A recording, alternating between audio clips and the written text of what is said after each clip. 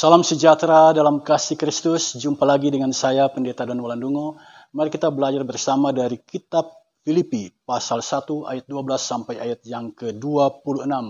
Sebelum kita membaca bagian Alkitab ini, mari kita berdoa. Ya Kristus, sumber hikmat, saat ini kami anak-anakmu mau belajar dari firman-Mu. Tuntun kami dengan kuasa-Mu, agar kami sungguh-sungguh mengerti firman-Mu, dan punya kekuatan untuk melaksanakannya di sepanjang perjalanan kehidupan kami. Kami menyambut pewartaan firman saat ini dengan penuh sukacita, hanya di dalam nama Tuhan Yesus. Amin. Filipi pasal 1 ayat 12 sampai ayat yang ke-26, saya akan bacakan bagi kita semua. Kesaksian Paulus dalam penjara. Aku menghendaki, saudara-saudara, supaya kamu tahu bahwa apa yang terjadi atasku ini justru telah menyebabkan kemajuan Injil, sehingga telah jelas bagi seluruh istana dan semua orang lain bahwa aku dipenjarakan karena Kristus. Dan kebanyakan saudara dalam Tuhan telah beroleh kepercayaan karena pemenjaraanku untuk bertambah berani berkata-kata tentang firman Allah dengan tidak takut. Ada orang yang memberitakan Kristus karena dengki dan perselisihan, tetapi ada pula yang memberitakannya dengan maksud baik. Mereka ini memberitakan Kristus karena kasih, sebab mereka tahu bahwa aku di sini untuk membela Injil. Tetapi yang lain karena kepentingan sendiri dan dengan maksud yang tidak ikhlas, sangkanya dengan demikian mereka memperberat bebanku dalam penjara. Tetapi tidak mengapa, sebab bagaimanapun juga Kristus diberitakan, baik dengan maksud palsu maupun dengan jujur. Tentang hal itu aku bersuka cita, dan aku akan tetap bersuka cita. Karena aku tahu bahwa kesudahan semuanya ini ialah keselamatanku oleh doamu dan pertolongan Roh Yesus Kristus. Sebab yang sangat kurindukan dan kuharapkan ialah bahwa aku dalam segala hal tidak akan beroleh malu, melainkan seperti sedia kala, demikian pun sekarang, Kristus dengan nyata dimuliakan di dalam tubuhku, baik oleh hidupku maupun oleh matiku. Karena bagiku, hidup adalah Kristus dan mati adalah keuntungan. Tetapi jika aku harus hidup di dunia ini, itu berarti bagiku bekerja memberi buah. Jadi mana yang harus kupilih, aku tidak tahu. Aku didesak dari dua pihak, aku ingin pergi dan diam bersama-sama dengan Kristus, itu memang jauh lebih baik. Tetapi lebih perlu untuk tinggal di dunia ini karena kamu. Dan dalam keyakinan ini, taulah aku akan tinggal dan akan bersama-sama lagi dengan kamu sekalian, supaya kamu makin maju dan bersuka cita dalam iman, sehingga kemegahanmu dalam Kristus Yesus semakin bertambah karena aku, apabila aku kembali kepadamu. Jemaat yang dikasihi Tuhan, tema khotbah kali ini, kekuatan hanya dalam Kristus. Saat ini, ada banyak orang terkesima dengan keberanian seorang pengacara dari Brigadir J yang tewas dibunuh itu. Nah, yang membuat orang terkesima adalah dia berani tampil. Dia berani berhadapan dengan orang-orang yang punya kekuasaan di negara ini. Banyak orang mempertanyakan mengapa dia punya keberanian yang seperti itu. Pada satu kesempatan, pengacara ini mengatakan, bagiku hidup adalah Kristus dan mati adalah keuntungan. Mati saja adalah keuntungan, itu katanya. Jadi selama dia hidup untuk kemuliaan nama Kristus. Sehingga kematian baginya adalah sebuah keuntungan. Apa yang disampaikan oleh pengacara ini sebenarnya merupakan kutipan dari perkataan Paulus dalam surat kepada jemaat di Filipi. Perhatikan Filipi pasal 1 ayat 21. Di sana Paulus mengatakan, karena bagiku hidup adalah Kristus dan mati adalah keuntungan. Dan perkataan Paulus ini dikutip dan menjadi keyakinan dari si pengacara yang maha berani itu. Saudara sekalian, pertanyaan kita sekarang, mengapa sampai Paulus mengucapkan kalimat itu? Kalimat yang membuat orang begitu bersemangat menjalani hidup, kalimat yang membuat orang punya keberanian yang maha dahsyat dalam menghadapi ketidakadilan, dalam menghadapi ketidakbenaran di negeri ini. Mari kita belajar latar belakang kitab ini.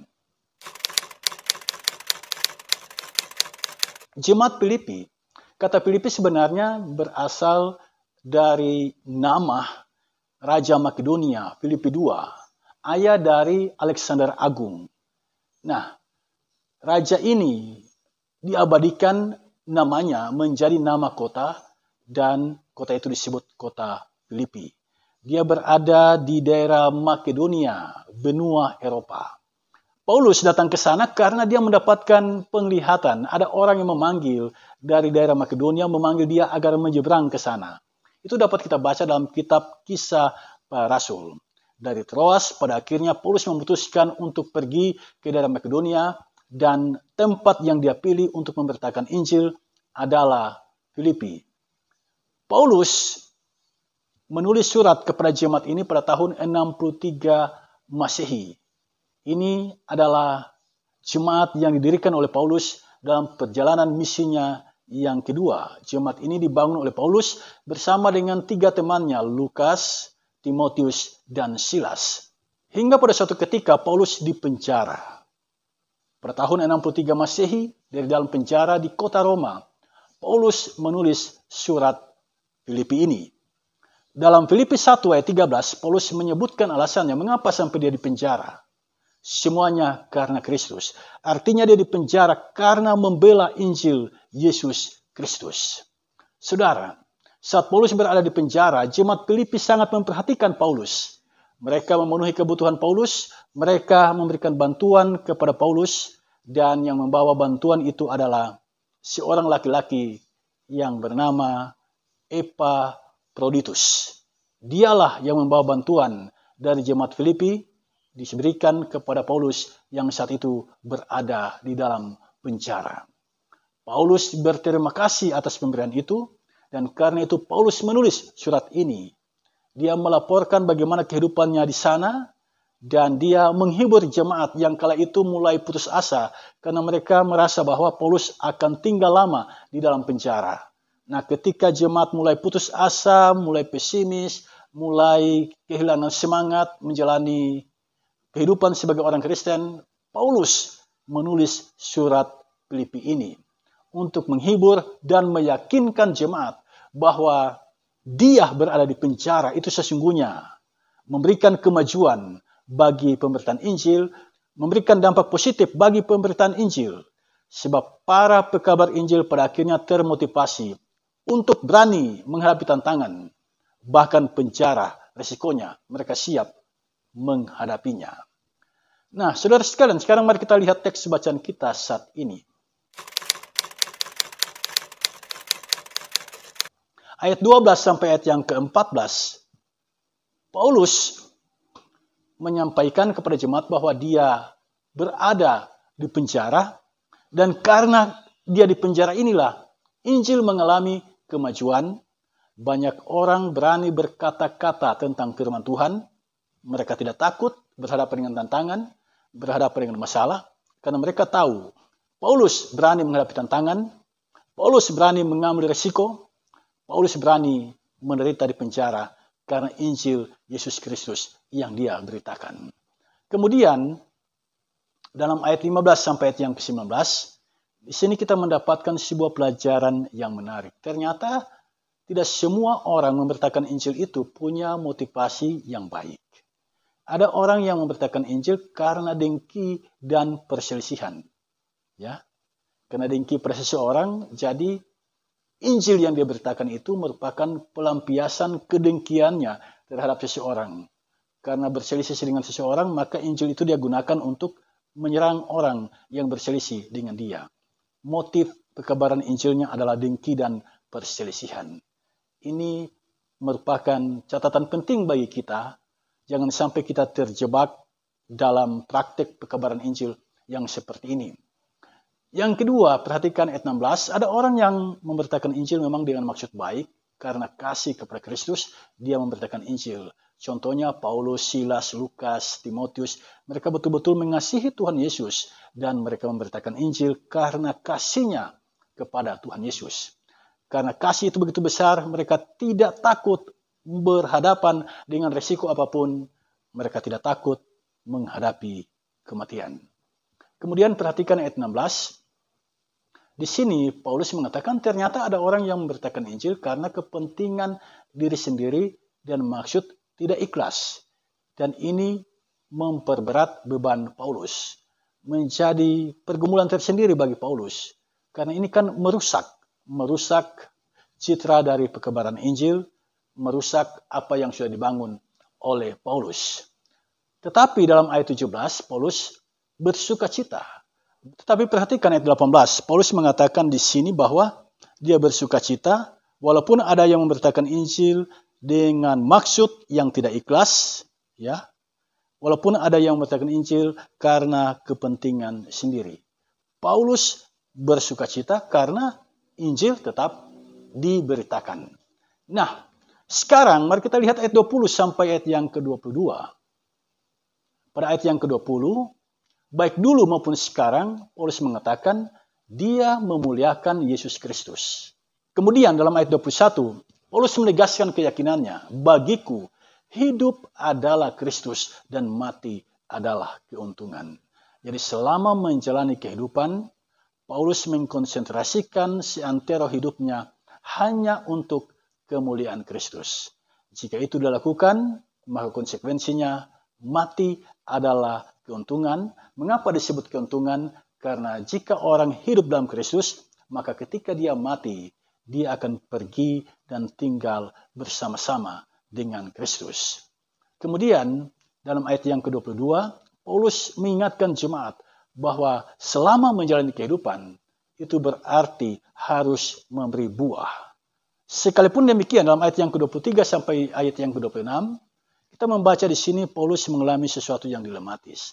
Pada satu sisi, dia ingin pergi bersama dengan Kristus. Artinya dia tidak takut lagi mati, sebab baginya mati adalah keuntungan. Jika dia mati, itu berarti dia akan tinggal bersama dengan Kristus. Dan Paulus mengatakan itu jauh lebih baik. Tetapi pada sisi yang lain, Paulus berpikir bahwa ada jemaat yang baru saja dia bangun. Jemaat yang harus didampingi. Jemaat yang harus selalu dimotivasi. Jemaat yang harus selalu digembalakan, jemaat yang harus selalu disampaikan kebenaran firman Tuhan bagi mereka. Nah, Paulus pada akhirnya memilih tinggal bersama dengan jemaat agar pemberitaan Injil ini mengalami kemajuan, agar jemaat bersuka cita dan Paulus dapat menyaksikan buah pekabaran Injilnya. Jemaat yang dikasihi Tuhan, sampai di sini apa pelajaran berharga yang dapat kita petik dari dalamnya?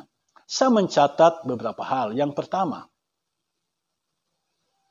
kehidupan orang Kristen atau kehidupan orang yang dekat dengan Kristus ternyata tidak bebas dari yang namanya pergumulan kehidupan, tidak lepas dari yang namanya penderitaan, tidak lepas dari yang namanya tantangan kehidupan. Paulus sendiri mengalami 3 pergumulan yang dia sampaikan dalam bacaan kita saat ini. Di penjara, kemudian ada yang memberitakan Injil untuk kepentingan diri sendiri dan itu merupakan beban tersendiri bagi Paulus. Kemudian yang ketiga, dia diperhadapkan dengan keputusan yang dilematis. Menanggung resiko bahkan sampai mati, sebab baginya kalau dia mati itu berarti pergi dan tinggal bersama dengan Kristus. Sebab kalau mati, bagi Paulus, dalam keyakinan Paulus, dia akan pergi dan tinggal bersama dengan Kristus. Tetapi di sisi lain, Paulus dilematis. Di sisi lain, Paulus sangat mengasihi jemaat Filipi dan jemaat-jemaat buah perkabaran Injilnya. Pada satu sisi dia ingin tinggal bersama dengan Kristus, tapi pada sisi yang lain, Paulus ingin tetap melayani jemaat yang merupakan buah pekabaran Injilnya. Dari 2 pilihan ini, Paulus memilih yang mana? Apakah mati dan tinggal bersama Kristus, ataukah hidup dan mengabarkan Injil kepada jemaat yang dilayani? Pada akhirnya Paulus memilih pilihan yang kedua. Dia tetap tinggal bersama-sama dengan jemaat dan melayani jemaat. Jadi pergumulan yang dialami adalah pergumulan secara fisik, Paulus dipenjara, kemudian pergumulan pikirannya, dia terganggu, karena ada yang memberitakan Injil untuk kepentingan dirinya sendiri, dan pergumulan hati, dia dilematis, mengasihi Kristus dan dia ingin tinggal bersama Kristus, tapi di sisi lain dia mengasihi jemaat yang baru saja dia bentuk. Nah, pergumulan yang semacam ini acap kali kita alami. Ketika kita mengiring Kristus, ada saja pergumulan secara fisik, ya, ada saja pergumulan secara pikiran, dan ada saja pergumulan yang menyentuh hati kita. Secara fisik misalnya ada orang yang memukul kita, ada orang yang menendang kita, dan menyangkut hati. Kita sering diperhadapkan dengan keputusan yang dilematis. Ya. Di satu sisi kita punya idealisme, tapi di sisi lain kita mengasihi jemaat. Jadi yang namanya orang Kristen, yang namanya orang dekat dengan Tuhan, itu bukan berarti dia lepas dari pergumulan kehidupan. Engkau tetap punya pergumulan kehidupan. Ya. Tetap punya pergumulan, jadi baik dekat dengan Tuhan maupun jauh dari Tuhan. Yang namanya manusia tetap punya pergumulan kehidupan. Yang kedua, tidak setiap pewarta firman ternyata memiliki motivasi yang benar. Ada yang memang punya motivasi yang baik, tetapi ada yang memberitakan Injil karena dengki. Ya. Dengki. Dia melihat orang lain berhasil, dia melihat orang lain lebih baik, dia dengki. Jadi Injil itu dia gunakan sebagai senjata untuk menyerang orang lain. Ada juga karena perselisihan. Dia berselisih dengan orang lain dan dia memberitakan Injil itu untuk menyerang orang berselisih dengan dia. Banyak cerita tentang hal ini di sekitar kita. Yang mana dia memberitakan firman, tapi firman yang digunakan itu untuk menyerang, untuk melukai orang yang berselisih dengan dia. Ada juga yang memberitakan firman untuk kepentingan dirinya sendiri.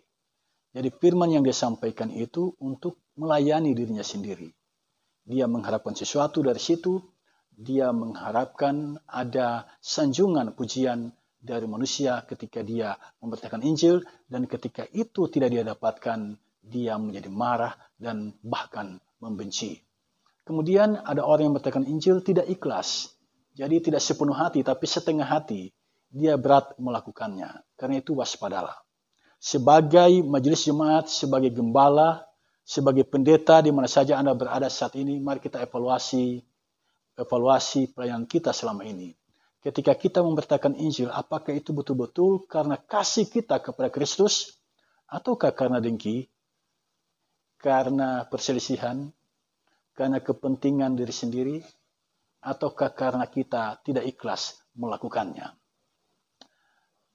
Yang ketiga, walau ada tekanan, kita pasti kuat jika kita punya motivasi hidup yang benar. Bagiku hidup adalah Kristus dan mati adalah keuntungan. Ini adalah ucapan Paulus yang memberikan motivasi yang besar bagi kita jika itu menjadi keyakinan kita. Motivasi hidup yang sedemikian ini memberikan keberanian dan kekuatan dalam membela kebenaran dan keadilan. Jika seseorang berpegang pada perkataan Paulus ini, bagiku hidup adalah Kristus dan mati adalah keuntungan, itu berarti sepanjang dia menjalani kehidupan, dia melakukan semuanya itu untuk kemuliaan Kristus, dan dia yakin jika dia mati nanti, dia akan tinggal bersama-sama dengan Kristus, dan itulah yang dia sebut keuntungan. Saudara sekalian, dari ulasan kebenaran firman Tuhan ini, kita mendapatkan pesan yang sangat penting bagi kita. Yang pertama, selama kita hidup untuk memberi buah bagi Kristus. Yang kedua, jangan takut dengan adanya tekanan. Jangan takut dengan adanya pergumulan kehidupan. Jangan takut dengan adanya masalah di depan kita. Sebab ada Roh Kudus yang memberikan kekuatan kepada kita. Dan jika kita menjalani kehidupan menghasilkan buah bagi Kristus, kita pasti akan tinggal bersama-sama dengan Kristus di rumah Bapa yang Dia janjikan itu. Semangat menjalani kehidupan, berbuahlah di dalam Kristus. Tuhan memberkati kita. Amin.